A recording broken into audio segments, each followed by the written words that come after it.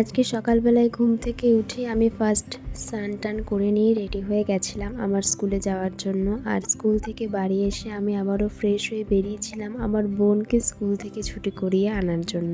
আর বোনকে স্কুল থেকে আনার সময় এই জায়গাটা একটা পেয়ারা মাখা বসে, এই জায়গাটা খেতে খুব ভালো হয় পেয়ারা মাখাটা।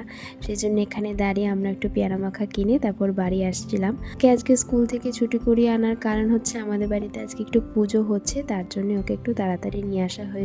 আর আমরা আজকে ঠিক করেছিলাম সবাই কলা পাতাতে প্রসাদ খাবো। সেই মতো আমাদের পুজো হবার পরে আমরা সবাই মিলে একসাথে প্রসাদ খেতে বসে গেছি। আমার কিন্তু প্রসাদ খেতে খুব ভালো লাগে, আর এরকম সাজিয়ে তো খুবই ভালো লাগে। তো আর এই দুপুরের দিকে দেখছি এরা দুটো মিলে একদম বসে আছে।